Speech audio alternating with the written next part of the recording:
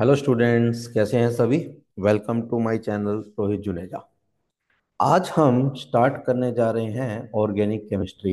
और organic chemistry को हम चैप्टर वाइज ना करके एक इम्पोर्टेंट क्वेश्चंस के थ्रू अलग कॉन्सेप्ट मैकेनिज्म से ही करेंगे। तो इसमें मैं ऑर्गेनिक केमिस्ट्री में टोटल 8 पार्ट्स में डिवाइड किया मैंने। फर्स्ट इंपॉर्टेंट मैकेनिज्म्स में SN1 SN2 हाइड्रेशन हर साल आता है बोर्ड में। कम से कम 3 मार्क्स का ये आएगा। डिस्टिंक्शन टेस्ट से भी लगभग 3 to 4 मार्क्स 3 to 5 मार्क्स का आ सकता है। Electrophilic substitution reaction ESR, electrophilic substitution reaction, इससे भी अप्रोक्सीमेटली 3 से 4 नंबर का आ जाएगा। नेम रिएक्शन से डायरेक्ट या इनडायरेक्ट क्वेश्चन लगभग 4 से 5 मार्क्स के आ जाएंगे। एसिड बेस से भी डायरेक्टली क्वेश्चन आते हैं 3 to 4 marks. Nucleophilic addition reaction, इस पर भी क्वेश्चन आता है लगभग 2 मार्क्स का। इलेक्ट्रोफिलिक एडिशन पे भी इसमें Markovnikov anti Markovnikov rule 2 marks का क्वेश्चन आ जाता है। और गेगनार्ड से भी लगभग 2 नंबर का क्वेश्चन आ जाता है। तो मैं जो ऑर्गेनिक कवर कर रहा हूँ लगभग लगभग 20 से 25 नंबर की इसमें ऑर्गेनिक कवर कर रहा हूँ आउट ऑफ 33। बाकी कुछ कन्वर्जन आते हैं, वो अगर इन सब से करोगे तो कन्वर्जन भी हो जाएंगे। ठीक है, तो मैं इतना कराऊंगा कि ऑर्गेनिक में तुम्हारे 33 की ऑर्गेनिक आती है, उसमें से अप्रोक्सीमेटली फिर बायोमोलिक्यूल भी एक चैप्टर है, उसकी भी मैं कुछ रिएक्शन करवा दूंगा। तो अप्रोक्सीमेटली 25 मार्क्स तुम्हारे आ जाएंगे। ठीक है, तो मैं आज फर्स्ट वीडियो में पहले 2 टॉपिक कवर कर रहा हूँ, इंपॉर्टेंट मैकेनिज्म और डिस्टिंक्शन टेस्ट। तो सबसे पहले देखो इंपॉर्टेंट मैकेनिज्म में हम सबसे पहला मैकेनिज्म पढ़ने जा रहे हैं SN2 और SN1 मैकेनिज्म। देखो SN2, टू मतलब बाइमोलिकुलर, N मतलब न्यूक्लियोफिलिक, S मतलब सॉरी बाइमोलिकुलर न्यूक्लियोफिलिक सब्स्टिट्यूशन रिएक्शन। तो इसमें देखो तुमने बस बेसिक सी बातें याद रखनी है कि सबसे पहले देखो जो CH3Cl को जब OH माइनस से रिएक्ट करते हैं तो क्या बनता है, CH3OH और Cl माइनस। तो ये हमारे पास एक सबस्ट्रेट होता है, क्या बोलते हैं इसको, सबस्ट्रेट। और जो यहाँ क्लोरीन है वो एक लिविंग ग्रुप है। क्लोरीन क्या है, लिविंग ग्रुप, ये इसको छोड़ के जा रहा है। OH माइनस क्या है यहाँ, न्यूक्लियोफाइल है।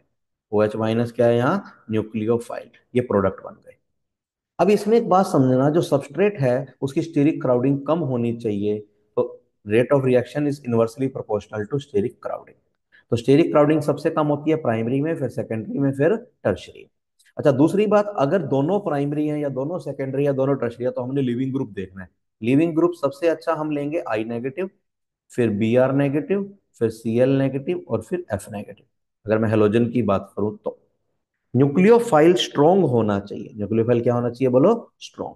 और जो SN2 होती है वो एक सिंगल स्टेप रिएक्शन होती है। तो मेन जो क्वेश्चन आता है वो रिएक्टिविटी पे आता है। सबसे ज्यादा रिएक्टिव होता है प्राइमरी, फिर सेकेंडरी, फिर टर्शरी।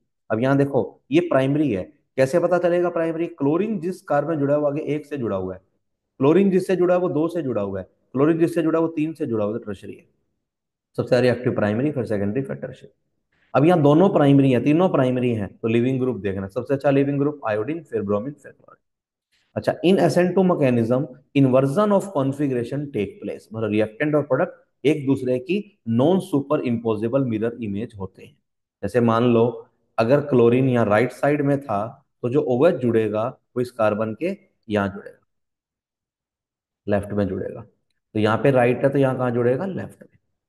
ठीक है बच्चों, जो क्वेश्चन आएगा वो आएगा रिएक्टिविटी पर। सबसे ज्यादा रिएक्टिव प्राइमरी, फिर सेकेंडरी, फिर टर्शियरी। उसके बाद SN1 होता है यूनिमोलिकुलर न्यूक्लियोफिलिक सब्स्टिट्यूशन रिएक्शन। ये एक कॉम्प्लेक्स रिएक्शन है, मतलब मल्टी स्टेप में होती है। जब मल्टी स्टेप में होगी तो एक इंटरमीडिएट बनेगा कार्बोकैटायन। कार्बोकैटायन क्या बनेगा यहाँ, इंटरमीडिएट। और कार्बोकैटायन स्टेबल होता है टर्शरी का, तो टर्शरी ज्यादा रिएक्टिव होगा, फिर सेकेंडरी, फिर प्राइमरी। इसमें दोनों चीज होती है, रिटेंशन भी होता है और इन्वर्जन मतलब रेसमाइजेशन होता है।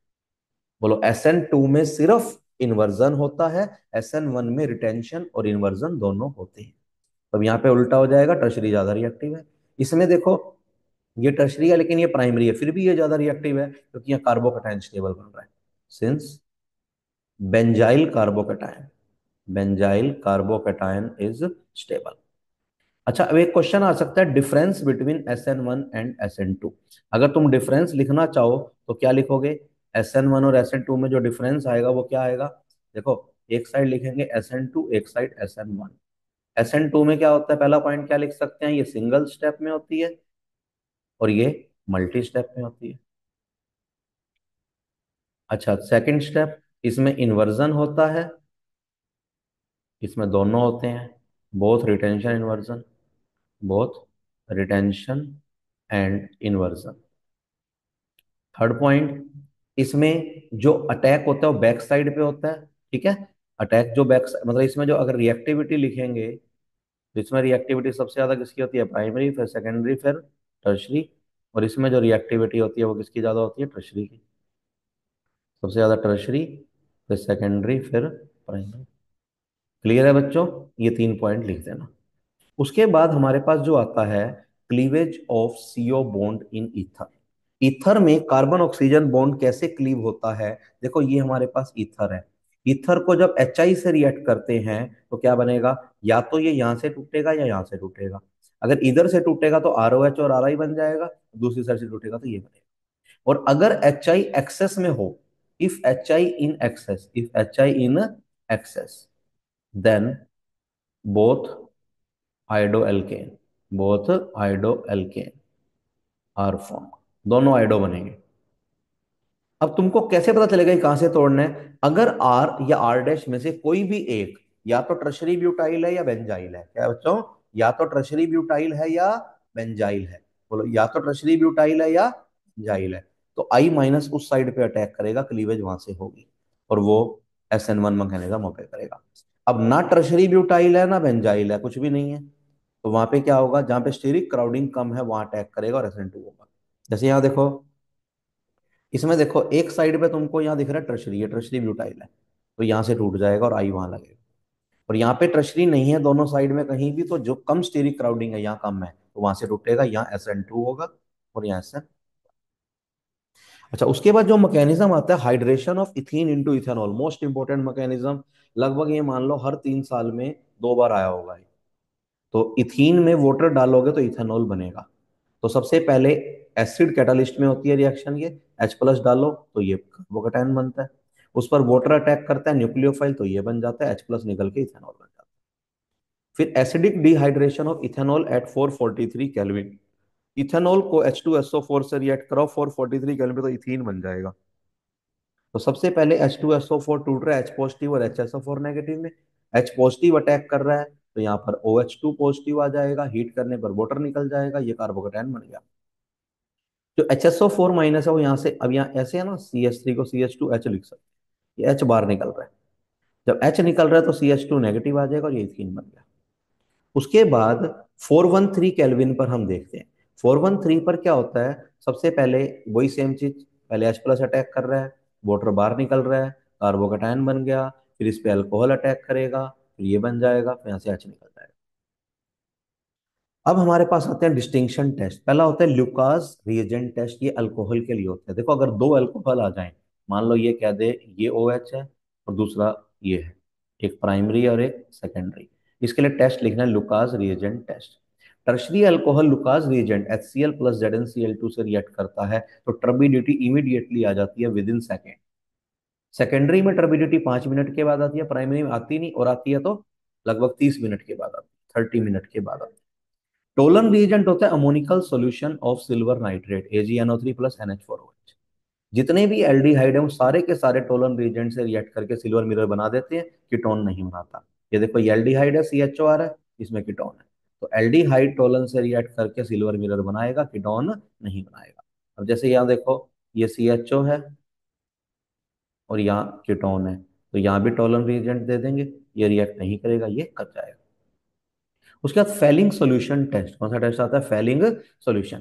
फेलिंग सॉल्यूशन होता है aqueous solution of copper sulphate, सिर्फ एलिफेटिक एल्डिहाइड। देखो टोलन से रिएक्ट करते हैं सारे एल्डिहाइड, लेकिन यहाँ सिर्फ एलिफेटिक एल्डिहाइड। वो टोलन फेलिंग सॉल्यूशन से रिएक्ट करके रेड प्रेसिपिटेट बनाता है, किसके, Cu2O के, Cu2O के, लेकिन एरोमेटिक एल्डिहाइड नहीं करता, ये एरोमेटिक है। एरोमेटिक एल्डिहाइड होता है जब बेंजीन से डायरेक्टली CHO जुड़ा हो तो वो एरोमेटिक एल्डिहाइड होता है। अगर दोनों एल्डिहाइड आए फेलिंग सॉल्यूशन लेना होता है, एक एलिफेटिक और एक एरोमेटिक हो तो फेलिंग लेंगे, समझ गए। आइडोफॉर्म, आइडोफॉर्म टेस्ट कौन देता है, एल्डिहाइड में सिर्फ इथेनॉल, एल्डिहाइड में सिर्फ इथेनॉल, और सारे मिथाइल कीटोन मतलब 2 ऑन, वो सारे के सारे येलो प्रेशर बनाते हैं किसके, आयोडोफॉर्म के, जब रिएक्ट करते हैं किससे, आयोडीन और Na। ठीक है। अब जैसे देखो ये दोनों एल्डिहाइड है, CH3CH और HCHO, तो कौन सा टेस्ट आ जाएगा, आइडोफॉर्म। ये टेस्ट देगा और दूसरा नहीं देगा, मतलब एक टेस्ट दे दूसरा ना दे। अब ये दोनों कीटोन है, ये 3 ऑन है और ये 2 ऑन है, तो ये आइडोफॉर्म टेस्ट दे देगा। उसके बाद हमारे पास क्या आता है, NaHCO3 टेस्ट, ये कार्बोक्सिलिक एसिड देता है। अगर देखो एक कार्बोक्सिलिक आए दूसरा कोई आए, तो NaHCO3 टेस्ट देना है। सारे के सारे कार्बोक्सिलिक एसिड NaHCO3 से रिएक्ट करके CO2 बनाते हैं, जो लाइम वाटर को मिल्की कर देता है। लाइम वाटर मतलब कैल्शियम हाइड्रो ऑक्साइड, CO2 से रिएक्ट करके कैल्शियम कार्बोनेट बना देता है मिल्की कलर। अच्छा, अमाइंस के लिए जो टेस्ट होते हैं वो दो होते हैं, हिंसबर्ग और carbylamine. Hinsberg test, Hinsberg reagent होता है पहले बेंजीन सल्फोनिल क्लोराइड, वो ये लिखा हुआ है मैंने। प्राइमरी अमाइन जब हिंसबर्ग से रिएक्ट करेगा तो एक कॉम्प्लेक्स बनाएगा जो एल्कली में सोल्यूबल होता है। सेकेंडरी अमाइन एक कॉम्प्लेक्स बनाएगा जो एल्कली में इनसोल्यूबल होता है। टर्शरी अमाइन रिएक्ट नहीं करेगा। फिर हमारे पास आता है कार्बल अमाइन टेस्ट, या कार्बल अमाइन रिएक्शन, या गेनेम रिएक्शन में भी आएगी, या आइसोसाइनाइड टेस्ट। ये सिर्फ प्राइमरी अमाइन देता है। प्राइमरी अमाइन जब प्राइमरी अमाइन जब क्लोरोफॉर्म और KOH से रिएक्ट करता है तो पंजेंट स्मेलिंग, तीखी स्मेलिंग आइसोसाइनाइड बनाता है। तो एक बात बताओ, CH3NH2 और CH3 ट्वाइस NH, कौन सा टेस्ट आएगा इसके लिए? इसके लिए तुम इंसबर्ग रिएजेंट टेस्ट भी कर सकते हो, मतलब BSC टेस्ट भी कर सकते हो, या कार्बल अमाइन भी कर सकते हैं। कार्बल अमाइन ये देगा और ये नहीं देगा। ठीक है बच्चों, दो टॉपिक हम कवर कर चुके हैं, कौन कौन से, इंपॉर्टेंट मैकेनिज्म और डिस्टिंक्शन टेस्ट। नेक्स्ट वीडियो में हम मिलते हैं ESR और नेम रिएक्शन और एसिड बेस बाकी टॉपिक्स के साथ साथ। All the best for your 27।